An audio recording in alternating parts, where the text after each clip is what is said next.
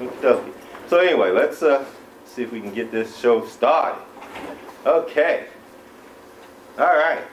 Okay. Slave personalities, racial stereotypes. Okay. Many of the stereotypes that we see that are given to African Americans, and you know, if I had more time, one of the things that we would think I'd like to talk about is why do people create stereotypes? What are stereotypes?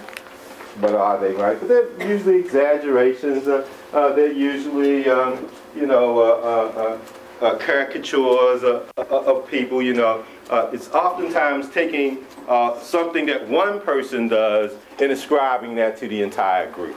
Okay, and so one of the things that we're going to see taking place during slavery is that we're going to see masters are going to create different slave personalities in order to, in many ways, justify slavery, right? And so we're going to look at some of these slave personalities. Even though they begin in slavery, you're going to see that they are really going to take off after slavery during the segregation period, and we're going to still they're still going to be continuing. In many ways, some of these stereotypes are going to continue today. Okay, all right. Now, the first slave stereotype I want to talk about is Sambo. Okay, get this to work. Yeah. Okay. Now, Sambo is the quintessential slave. Okay, he is childlike. He is contented. He's happy. He loves being a slave. He's just as happy as could be. He's lazy. Okay, and partly because the master sort of allows him to be a little lazy, right? He's slow. You know, he's not too bright. Right, and he's docile, you know, he's easy to manipulate, easy to control, right?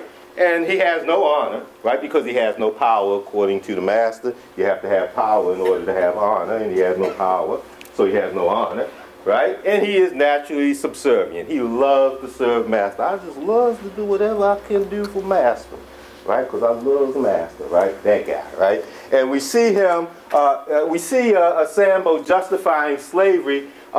And really, and let me just say that for racism, there are lots of racial theories out there, okay? But there are two bottom lines to practically all the racial theories, right? And the bottom line of those racial theories is simple, right? It's that Africans, fill in the blank, you know, are inferior. Africans, African Americans, black people, however, people of color are inferior because they are childlike and or animal-like. Because they are childlike, we have to care for them. Because they are animal-like, we have to control them, right? Pretty much all the racial theories are going to take one or the other lines. Some take both at the same time, okay? And you justify slavery, once again, by the need to care for them, right? And slavery is benevolent, a benign institution. The master sees himself as creating a plantation. It's paradise where the slaves are happy and go lucky, right? And we see Sambo depicted in all sorts of ways. We see him depicted, of course, as lazy, superstitious, right? This is from the first edition of Huckleberry Finn, right? Eating watermelon, you know. Some of your classmates here, some of your black classmates say that they would rather not eat watermelon in the cafeteria because they don't want to see you, they don't want you to see them eating watermelon, partially because of such stereotypes, right? Dancing, you know, and some violence, right? And of course, once again depicted in Hollywood, I'm showing Stephen Fletcher, who was, you know, once again, you know, who became rich portraying Sambo, right? And you can see once again, you know, he's that slow, dim-witted character that loves to serve white people. All right. I need my little clicky thing. I usually have a clicky thing, right? Now the next character is Jack, Ben, or Tom. You see, you know, different names for him, but it's pretty much the same caricature, same personality. He's the reliable, faithful slave. He's loyal. He's trustworthy. He's still subservient. He still loves to serve master. Still subservient, and he reassures the master that the master has the ability to teach his slaves, right? So he reassures the ability to teach slaves, and he justifies slavery because he shows the civilizing effect of slavery. I've I've taken slavery, I've taken this African from the jungle and I've civilized him partially, because you can never completely civilize him, right? Okay? He's not going to be self-sufficient, but he can demonstrate some advanced skills with proper guidance, right? You always see Jack or Sam, or Jack or Tom or Ben. You always see him, you know, with a smile on his face, a uniform of some type, you know, but really faceless. Okay, you know, sleeping car porters during the 1940s were all black, and they all had the same name. They were all George, right? Faceless, right? You know, depicted. Know how they're depicted. They're depicted in selling of products. They're depicted in everyday goods, right? Such things become ingrained in the lifestyle, right? The movies, lots of those types of characters. I watched Bag of Vance the other day. I was waiting for him to say, "Yes, Miss Daisy." I was just, you know, I started to look for his picture, right? But of course, this is Bill Robinson with Shirley Temple. He's playing the butler, the subservient butler who teaches the little girl. Montar Molan, he was with Charlie Chan, right? Playing the same kind of servant role. Rochester, fascinating character. Rochester, you know, once again a servant, you know, smile on his face. One of the things about Rochester, though, is interesting is that the premise of the show, it's a radio show with Jack Benny as a star. The premise of the show was that Jack Benny got in trouble every week.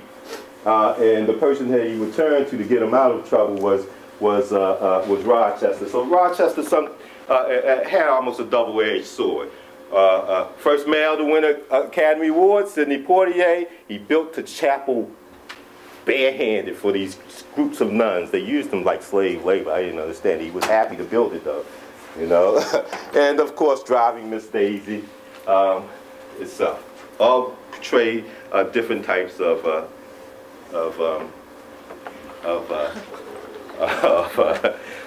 Ben and Jack and Tom, right? I'm not going to say anything except for I found this on an extreme right website. And I found it on an extreme left website. I was just like, geez, nobody likes Condi. Right. All right, next one is Buck. Buck, sexually irresponsible, right? He is the brute. He is the beast. He is a rapist, right? Masters create this idea of Buck because of the fear of black sexuality and virility.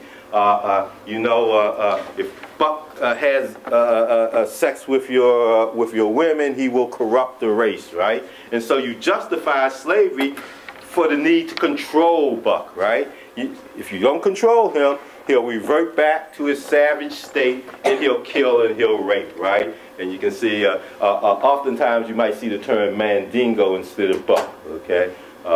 Mandingo, Buck, pretty much the same character, okay?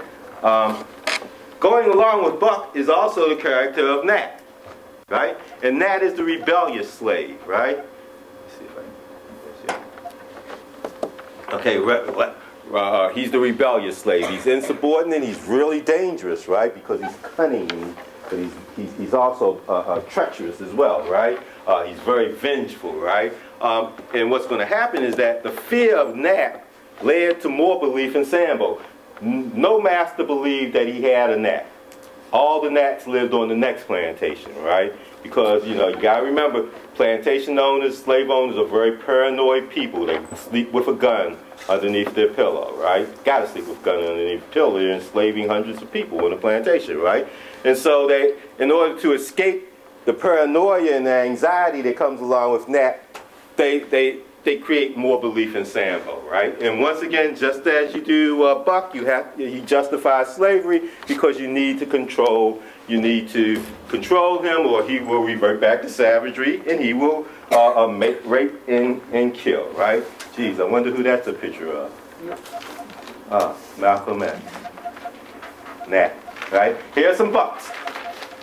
Right? Once again, always depicted, see the beast kind of depiction of Buck, right? Wanting white women, you know, both pictures here in this novel written, you know, wanting white women, you know, once again, this would be the iPod of its day.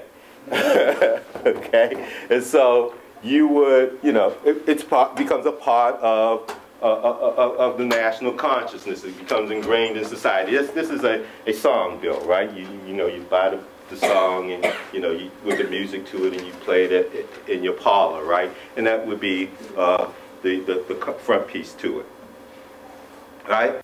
The angry black man. We'll be talking about the angry black man. Angry black man, always in the movies. Samuel Jackson's made a fortune out of being an angry black man, right? I'm going to get these snakes on this plane. Right? Playing the angry black man. Paul Robeson, one of the first to play this gnat type of character, right? An angry black man would be a gnat type of character, right? The noble, he was considered, this is the Emperor Jones, and he was considered a noble savage, but still a savage, right? All the exploitation or the blaxploitation movies of the 1970s, they all portrayed that angry black man, like a Shaft, right? Nigger Charlie, right? Another Academy Award winning, right? Playing a very angry man, right? A very angry slave. Does he win an Academy Award for Training Days? Yeah, he does. Right. Angry. Have you seen Training Days? Can't get more violent, more, angry than this guy in Training Days, right? And so, you know, once again, portrayed in cinema, continue to be portrayed in cinema, right? The Zip Coon, gonna go through the Zip Coon real fast. He's not a slave, but he's still a slave personality. He's the free African American. He's a dandy, he's an imitator, a buffoon, a conniver. Sometimes Zip Coon and Sambo become sort of interchangeable, right? He's violent. The fear that recreates the Zip Coon because of the fear of black freedom, right? You mock racial equality with the Zip Coon, right? Because the Zip Coon is nothing more than an imitator. He can't really appreciate, American society, and you justify him because Zip Coons really can't compete in a free society, and so you must enslave him. In order for his own benefit, you enslave him, right? Just simply does not understand freedom, all right? And here are some depictions of Zip Coons, always with the watermelon, the liver lips. The playbill again, song bill again, right? Becoming ingrained in American culture. I'm going to go through the women real quick. Okay, Mammy, of course, is probably the most, one of the most popular of those slave stereotypes. Mammy, she's happy, she's contented, she's fat. She's sort of like the female Sambo in that respect, right? She's also asexual. She's loyal. Right, she's asexual, that way she's not a threat to the master, to the mistress. Even while she's living in the master's house, she's always shown as ugly. Right, she's childlike to the master, but dominating to her own family. When Sambo needs a little small punishment, you get Mammy to take the broom and hit him a couple of times on the butt, right? And so she's the controller of the black family, which of course reverses social norms, because especially during the 19th century, the man was supposed to be the controller of the family. So it reverses the norm, and she once again reassures the control, antithesis of white womanhood, right? And justifies slavery the same way that Sambo does, you know? Okay, getting to you. All sorts of depictions of Mammy, right? Aunt Jemima on the pancake box, syrup. Notice how, once again, used to sell products, becoming ingrained in your everyday life. I go to the store every morning to get a bottle of syrup, and what do I see? I see, who is that with the syrup? Well, that was the plantation, the Longwood plantation. But if I go get the pancakes, right, then I see Aunt Jemima, right? Okay, coffee, okay? Always, all these caricatures are used to sell soap, okay? Because, of course, what could be more civilizing than to give soap to the inferior, okay? All right. Okay.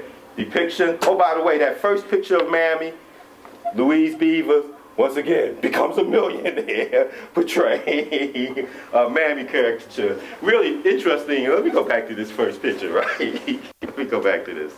No, I'm going the wrong way.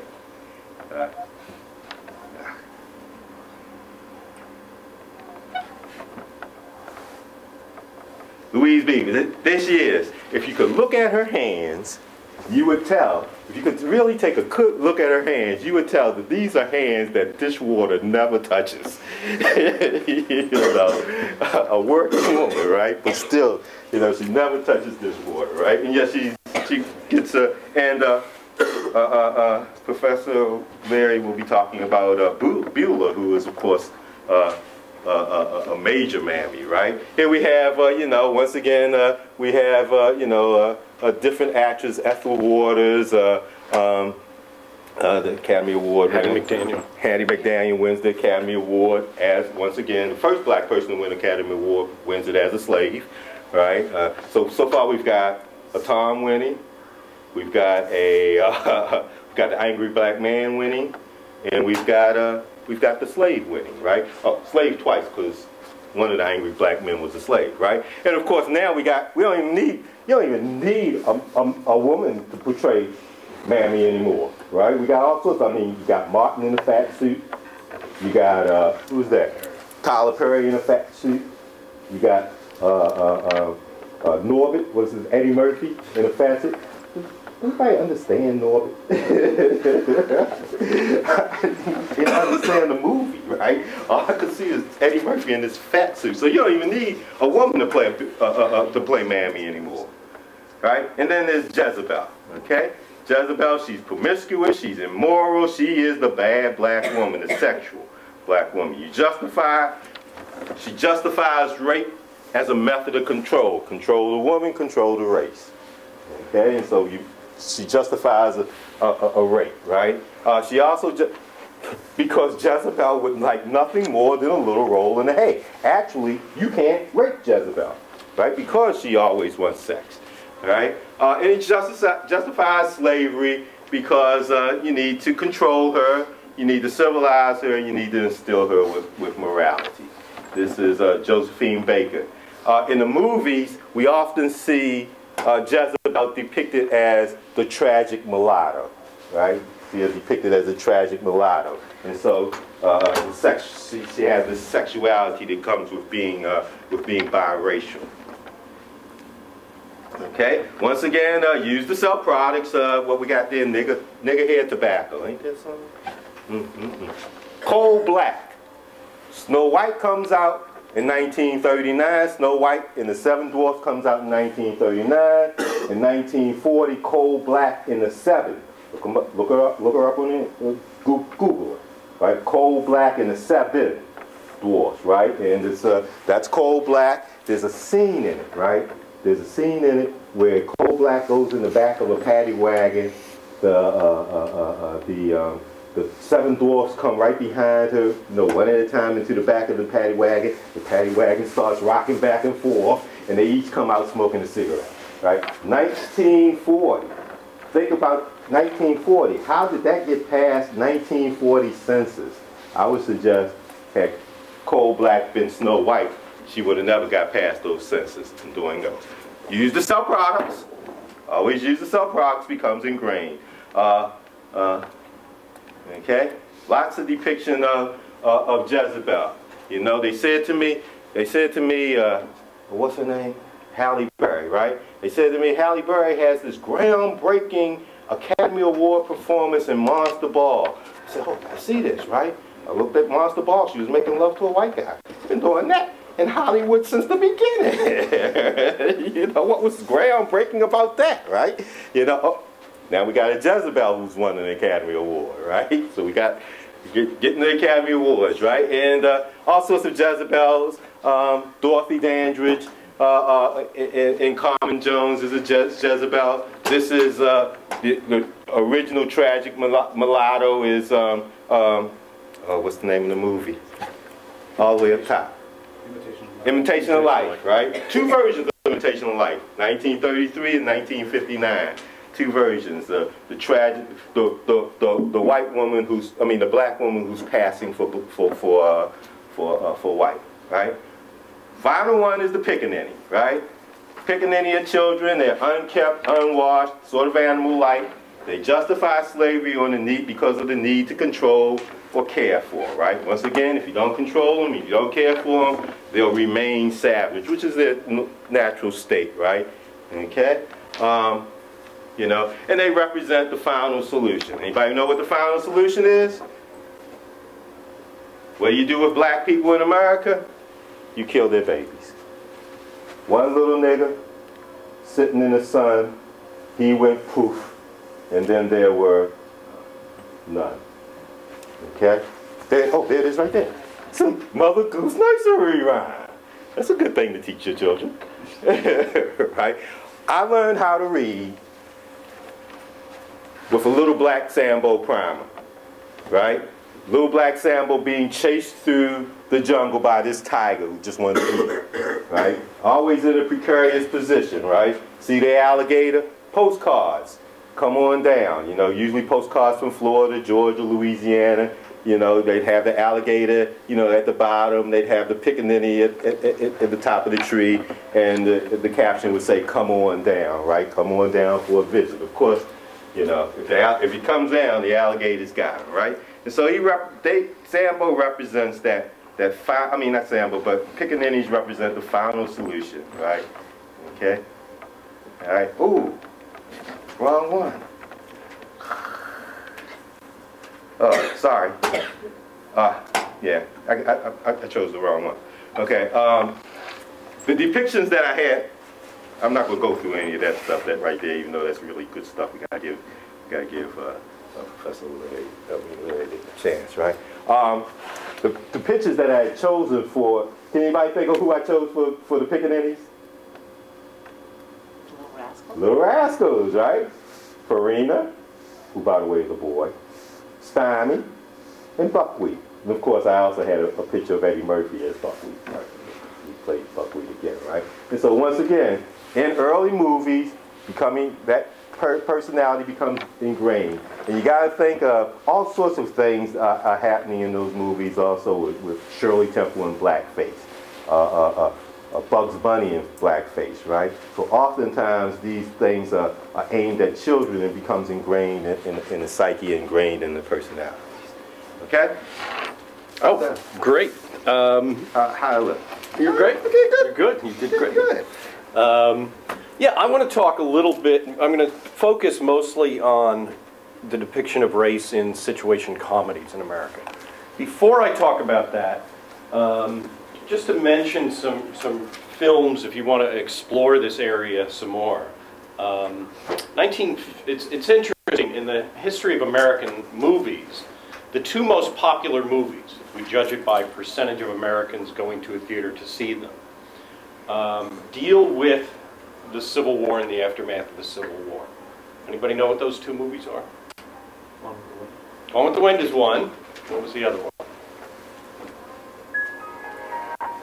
D.W. Griffith, Birth of a Nation.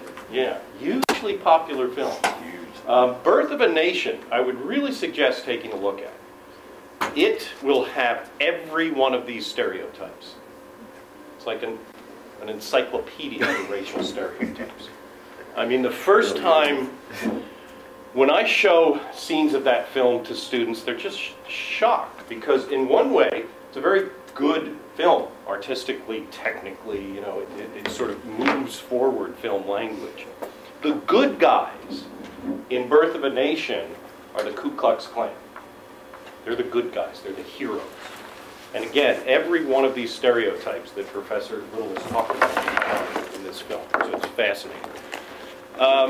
So these stereotypes are perpetuated in American film throughout the teens, 20s, 30s, 40s, 50s, and through today. It's one thing that scholars have only recently looked at are what is called race films.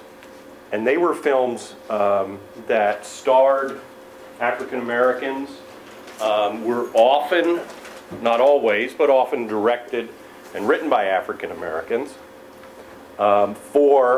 solely for an African American audience. And so people are just starting to look at them and see that, yes, there are some of those stereotypes there, but in some ways they sort of resist the stereotypes, or at least comment on the stereotypes. So they're interesting to look at, the race films. Now, people, especially academics, like to put things into time periods when they look at history. So what they talk about in the history of the situation comedy and its depiction of African Americans, the first era they talk about is the minstrel era, right? You know what a minstrel show is. I think you referred to the minstrel shows. And the best, I guess, depiction and most popular was a radio show that became a television show called Amos and Andy. Hugely successful on the radio and on television. Hugely successful. It was written by two white Southerners who were used to that tradition of the minstrel show. And they did the voices on the radio. When Amos and Andy went to television, obviously they had to hire African American actors. And they did. So I want to show you sort of a little compilation of Amos and Andy.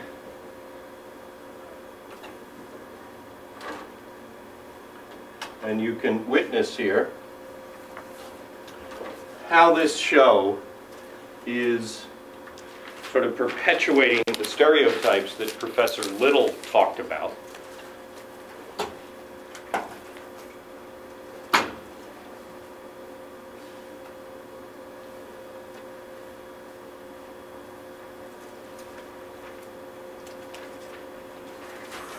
This is George Kirby. Thanks for joining us. Now I'm going to sit back and watch some classic scenes. Well, just what kind of fur is it anyway, Kingfish? Andy, that's the rarest of all wildlife. The rare and beautiful and elusive mink. Mink? Yeah, Andy, just like this animal here. That looks more like a fox to me.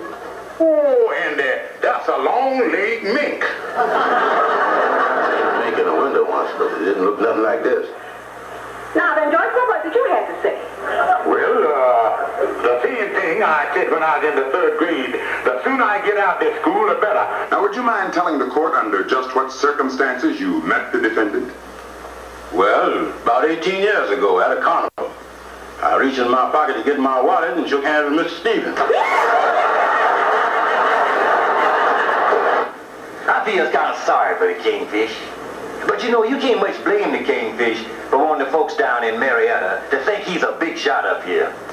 It's just human nature for everybody to want somebody to think that they is important. I guess that's what keeps a lot of us going in life. George, it's only 12 o'clock. Why do we have to leave so early? Well, honey, you know the night when we were dancing the rumba and I sideswiped Miss Van Pelt, I think I dislocated one of my vertigos. Too bad, George. Get my coat. You're not going to get out of it. We need some money in this house, and it's your job to bring it in. Honey, ain't I always been an adequate provider? No. Well, Okay. Last character you saw there, Kingfish was his name. Anybody want to take a guess at which one of the stereotypes he might fall into?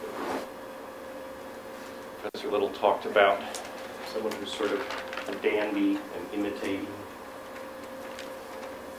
What would you say, Professor Little? He's definitely a coon. I don't even know if he gets the zip line. That's a coon. That's who Kingfish is. And the other one was Tom. And the other is Tom. Yeah. And so and there definitely you can see, and again, we'll keep coming back to this idea of portraying African Americans as either animal-like or childlike, heavy on the childlike in Amos and Andy. And again, this show was hugely popular. The NAACP protested against this show from its inception. It also, the show went off the air in 1954. And that's sort of the end of this minstrelly era. It was, though, hugely popular, and hugely popular often in African American households. It sort of was the only depiction of African Americans. And so, if you talk to, well, was it on in your home, right? A show centered around African American life. You know, as other people have mentioned, it would sort of be like if we can try to, if white America saw its only depiction as the Three Stooges, we'd probably watch it, right?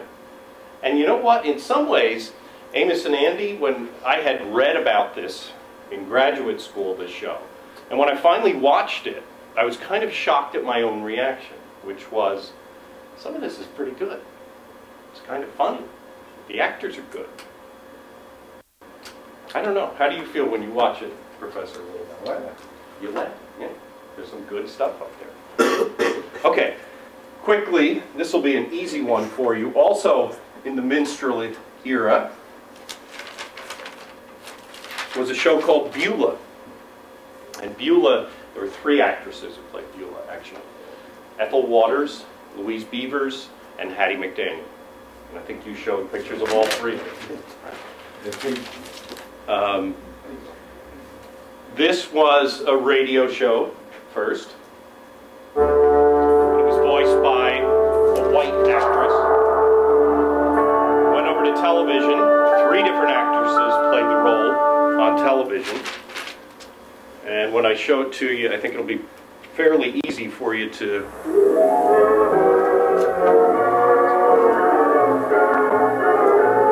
see which character this is.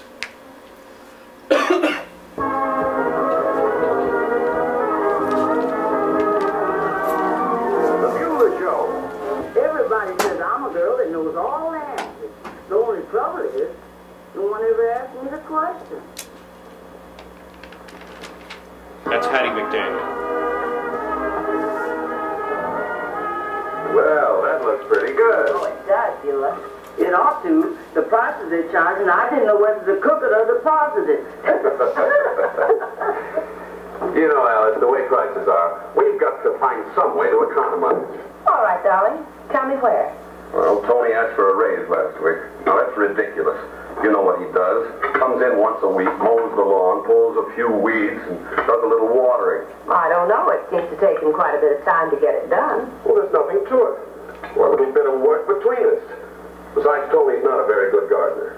Well, maybe not. You know, my rose bush up in front was one of the prize exhibits for show last year. And just look at the shape it's in now. Gosh, Dad, I wish you wouldn't get so riled up when you're eating. I was going to ask you for $1 so I could go to the baseball game. You're usually in a pretty good mood after dinner. Oh, I am I? You enjoy? Well, the way everybody studies me around here, I feel like a cross between a case history and a trout. We all study you, Mr. Harris. Why? Because in our own way, each of us loves you. And because you bring home the money that keeps the family going. Well, I asked her. She told me. Okay. So, who is that? Which stereotype do we see there? Mammy, right? She is the servant here. But she, I mean, when you look at this, it might as well be a slave. It's sort of the same depiction. And she loves. She says that, I love you, to the father there. I just love serving you. So the show, the sort of problem presented in Beulah was often involving this white family. Here it is that they want to cut down on expenses and so fire the guy who's cutting their lawn and doing the gardening, and they're each going to take up a part of it. And what happens is they wind up doing other things and asking Beulah to take over that chore of cutting the lawn, pulling the weeds, gardening. And Beulah, sure, she loves to do that, but she really can't do it. She winds up the big yucks here when she's trying to cut the lawn and just can't control the lawnmower. Right? Once again, childlike. Good, sweet, devoted, but childlike. Okay. Yes? I just want to say that she created a lot of problems for black maids who, because their white employers had an expectation of all black servants to be like Beulah, and all black servants weren't like Beulah. That's right. Reality of it. Right? That's right. And I mean, another thing I would mention, Hattie McDaniel, who played Beulah, one of the women to play Beulah, she was criticized for doing this, and her response was, well, in Hollywood, I can get $7 a week to be a maid, or I can get $700 a week to play a maid. So she was kind of putting forth this, what choice do I have if I want to be an actress? Just sort of stating bluntly that we're not given choices as African American actors and actresses. We are assigned these roles. Okay. Now, after this sort of minstrel era ends in 1954, from 1954 to about 1967 or 8, African Americans are rarely seen in sitcoms at all. Rarely. Actually, pretty rarely seen in dramas as well. There's some short-lived dramas, East Side, West Side, Cicely Tyson in the early 60s. And then there's sort of a breakthrough drama that had a lot of humor in it called I Spy.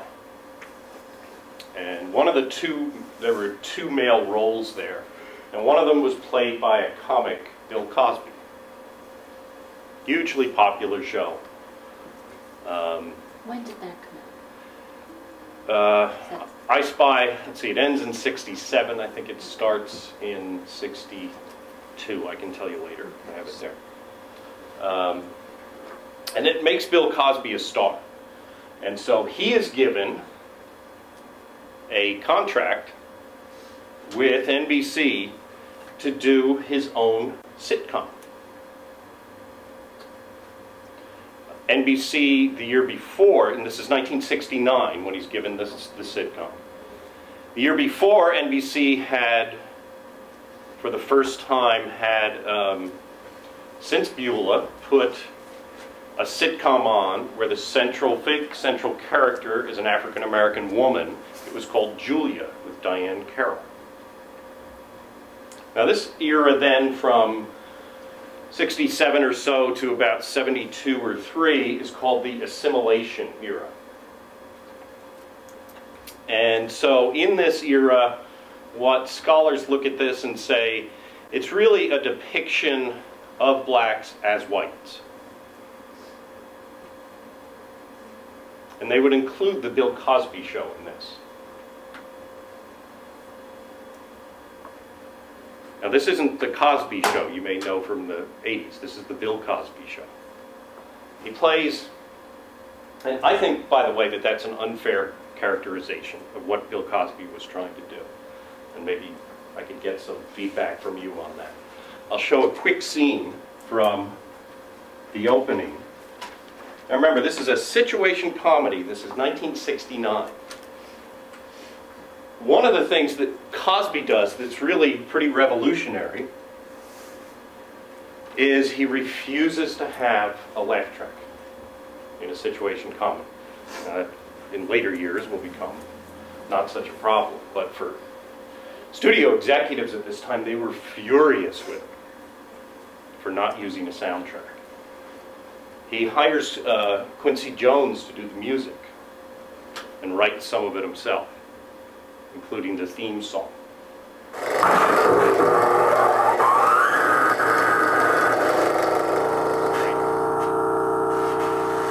Which the executives also didn't like, the theme song.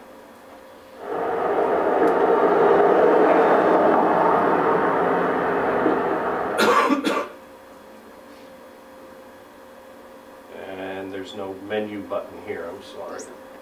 Remember that fate? They want to advertise their other sitcom. Lord! This is the theme song. I'll get some dragons and some rolls and reason marbles. Ha ha ha ha! Every day. Long as I'm away. So you can see here that he wants to bring in what he considers the music that he has been enjoying, as he puts it, for the last 30 years.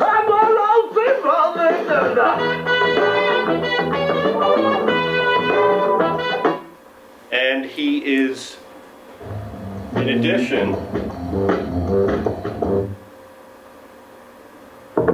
that sort of language that he's using there is he's really copying his grandfather.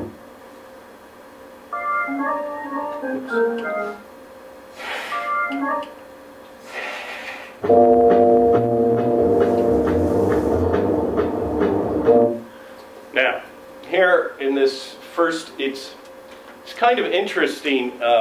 He's playing a character who's a high school teacher, and Cosby always felt that he was very proud of his education and wanted to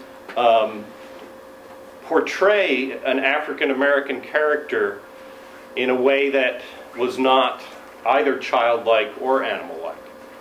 Again, scholars look at this now and say, well, it's assimilation. He's really playing a white character. I'll leave that up to you to decide.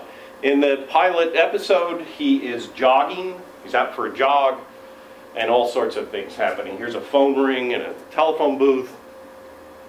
He answers the phone. That leads to, complications of him helping someone out. And now he's trying to continue his jog, and you'll see a police car following him here.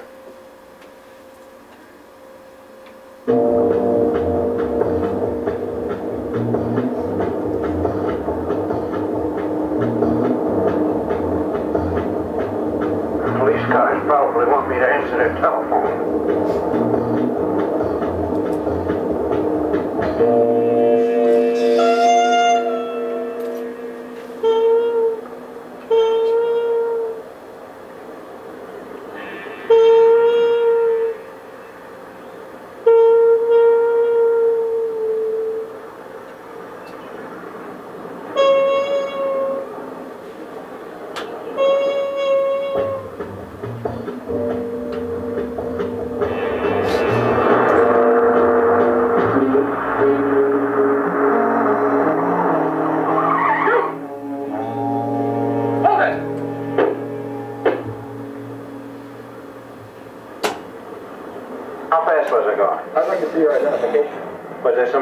Jogging? We'd like to check your identification, please. Identification. Well, do you have a driver's license? What, for jogging? Something to prove who you are. Something to prove who I... Well, I would have brought my wallet with me had I known you were going to stop me. Are you from Ohio? No, I'm not from Ohio. See, see, what happened was I was in the laundromat, and this was left in there with my clothing, so I put it on. What's your name? My name is Chester H. Kincaid, and I was going to return this thing. Look, about an hour ago, a man fitting your description held up a clothing store in 8th and Chapter. Yeah, well, I'm a school teacher, see, and I was out here jogging up and down, physical fitness. I want to come back to talking about this scene a little bit and see if you think it is it portraying whiteness? Does it break stereotypes or contribute to stereotypes? After this assimilation era in the 70s and into the early 80s is an era that is called social relevance. The most successful producer of the period, a man named Norman Lear, often featured issues of race and race relations in his sitcoms such as All in the Family and Maude, and then continued with shows such as Good Times and shows that featured African Americans.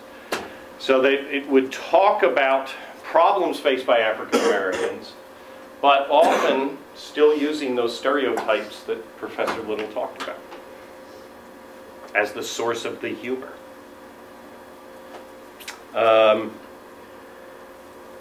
Bill Cosby once again sort of ushers in another era that has never really left us with the black family era on the Cosby Show. A sort of denial of many of the issues that had been in the previous era of relevancy.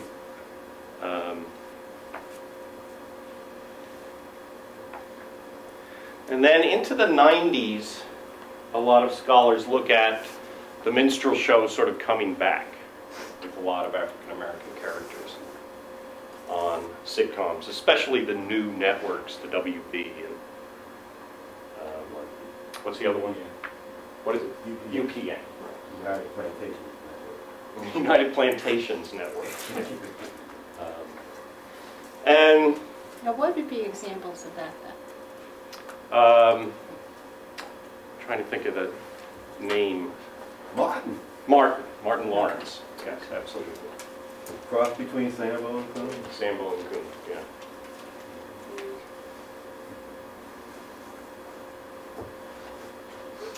And so today, people are still trying to, in the new century, sort of discuss, well, what era are we in now?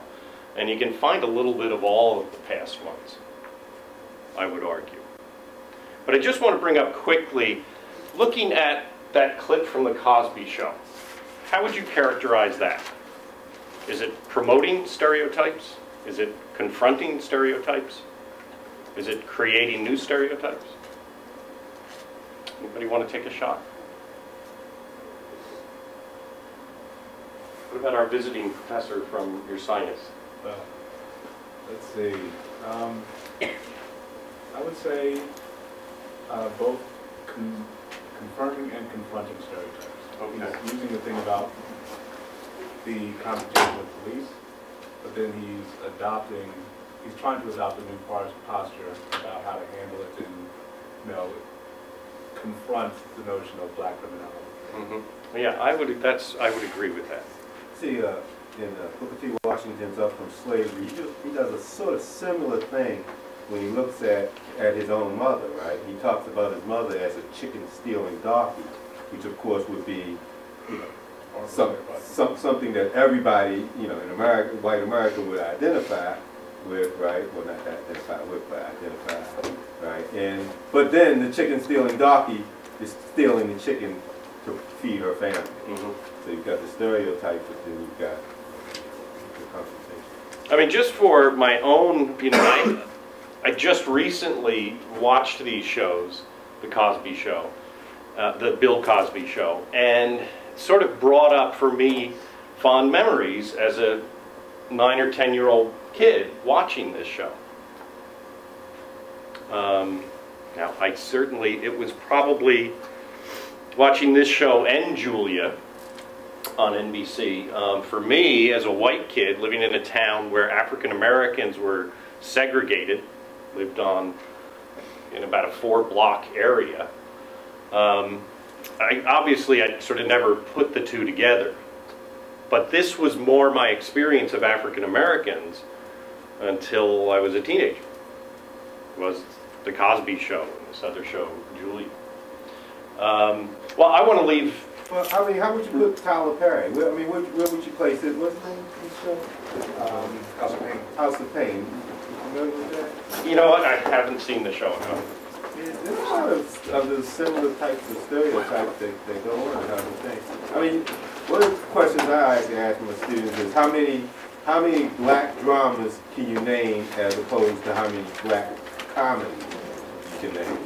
Right, and they have a difficult time naming black dramas. Well, and the other thing is black situation comedies. If you want to look at something that is really interesting, there was suppose we'd call it a sitcom called Frank's Place. The critics loved it, but it was yanked off the air after not much time. Anybody here ever see Frank's Place? And that's, yes? I had a question. A lot of folks that I've seen talk about rap as perpetuating a lot of these stereotypes. I didn't know we would talk about guys like, current rappers, Soulja Boy or Nelly, 50 Cent. They seem to, have some similarities, but the big thing is, I guess, 70% of all people who buy rap music are white suburbanites, like young people under the age of 25. So is that teaching these stereotypes in like a musical form now? Especially at 50 Cent, I mean, it's wild. Yeah, I think a lot, obviously the stereotypes are there.